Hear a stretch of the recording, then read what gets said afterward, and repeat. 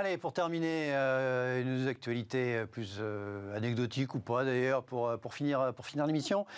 Jack Dorsey, l'un des cofondateurs de Twitter, actuel patron du réseau social, a mis en vente ce week-end son premier tweet avec des offres qui atteignent à peu près, aux dernières nouvelles, on était à 2,5 millions de dollars, je ne sais pas où on en est ce soir. Alors, mettre en vente un tweet, c'est un truc particulier. Hein, c'est quand même, le tweet, il est toujours visible sur Twitter, son premier « Just setting up my Twitter ». Donc à l'époque, il avait enlevé les voyelles, c'était la mode. On appelle ça un jeton non fongible. Non-fungible token, hein, donc ces espèces d'objets cryptographiques uniques là, qui sont certifiés par la blockchain. Il y a 8 jours dans l'émission, on parlait d'une œuvre d'art qui avait été, vidéo, qui avait également été vendue sous cette forme-là, plusieurs millions de dollars. Est-ce que vous avez envie d'acheter ou d'investir dans des non-fungible tokens, ou est-ce que vous allez inciter je sais pas, parce que l'œuvre d'art que j'évoquais l'autre jour, là, effectivement, en novembre, elle avait été achetée 60 000 $, elle avait été vendue 6 millions 2 mois après. Oui. Vous auriez envie d'être le propriétaire du premier tweet de Jack Dorsey ? Très clairement non. Même si ça peut valoir plus cher dans 3 mois, 6 mois. Oui, mais la notion de contrepartie est beaucoup trop aléatoire. Alors là, je laisse Hélène, économiste, vous réexpliquer la base d'une contrepartie, qui est donc la base de la monnaie, et donc des échanges internationaux. Là, je vois pas. Ah non, là, on peut faire ça avec une voiture de collection, une pièce. Oui, voilà, c'est comme un autographe, quoi. Voilà, digitaliser la valeur. Ça m'échappe un peu aussi. Voilà. Ouais. Et pourquoi on ne pourrait pas avoir des œuvres numériques comme ça être propriétaire d'œuvres numériques accessibles à tout le monde, et votre certificat de propriété est établi, inscrit non pas noir sur blanc, mais dans le code de la blockchain. Apparemment, c'est fiable.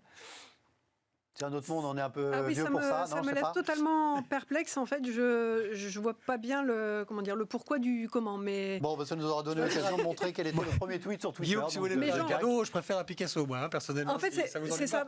C'est pas le même prix. Hein. Picasso à 2 millions, on n'en avait pas beaucoup. Mais en même temps, est-ce que il y a certains investissements, y compris en œuvres d'art, où on achète uniquement parce qu'on pense qu'on va pouvoir les vendre plus cher. Alors, c'est pas une œuvre d'art, mais c'est la contrepartie.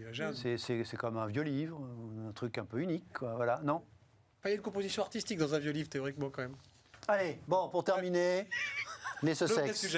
Les Sussex. Le groupe Viacom-CBS aurait déboursé entre 7 et 9 millions de dollars pour s'arroger les droits de diffusion de l'interview de 2 heures. Cette interview de 2 heures a été diffusée aux États-Unis et en Grande-Bretagne hier soir. Elle sera diffusée en France ce soir pour ceux que ça intéresse. Elle a été diffusée en France ce soir, oui, également.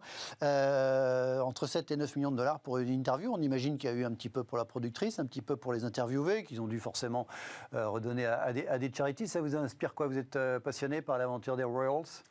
Non, alors d'abord sur le fond, People. L'Angleterre est choqué, hein, a été choqué, c'était le titre de l'équipe de presse de tous les quotidiens ce matin. Je fais mes 10 secondes People, je suis toujours très surpris que des gens qui ont choisi d'appartenir à un mouvement, une famille royale en l'occurrence, soient surpris qu'est-ce que nous, quelques mois après, des contraintes que ça peut représenter. Hello, on a envie de dire, pour être en anglais jusqu'au bout dans le sujet. Donc là, moi, ça me dépasse que d'un coup, ça devienne comme ça un sujet du jour au lendemain.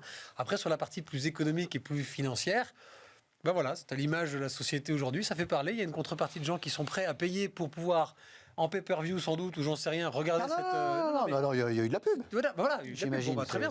Donc le vieux système qui marche hyper bien, ça a dû cartonner à mort. Ouais. Donc tant mieux, si chacun a pris un ticket au passage, s'ils ont donné ça à des œuvres de charité. J'imagine, j'en sais rien, je n'ai pas le détail, je n'ai pas le creusé. Un avis, vous êtes passionné par la famille royale, Hélène ? Je ne suis pas une grande connaisseuse de la famille royale. Ce qui s'y passe, effectivement, a plutôt tendance à... Ils sont de moins en moins la famille royale, d'ailleurs. Ils sont quand même sérieusement éloignés, à fortiori hier soir, je crois. Non, mais effectivement, la somme déboursée par la chaîne pour pouvoir diffuser cette interview me laisse quand même bouche bée et pantoise. C'est des sommes qui sont astronomiques. Je dis c'est peut-être un moyen, effectivement, d'utiliser, on va dire, l'argent existant. Peut-être qu'on pourrait investir, nous aussi, la question qu'on se posait sur où placer notre épargne, peut-être qu'on pourrait... Voilà.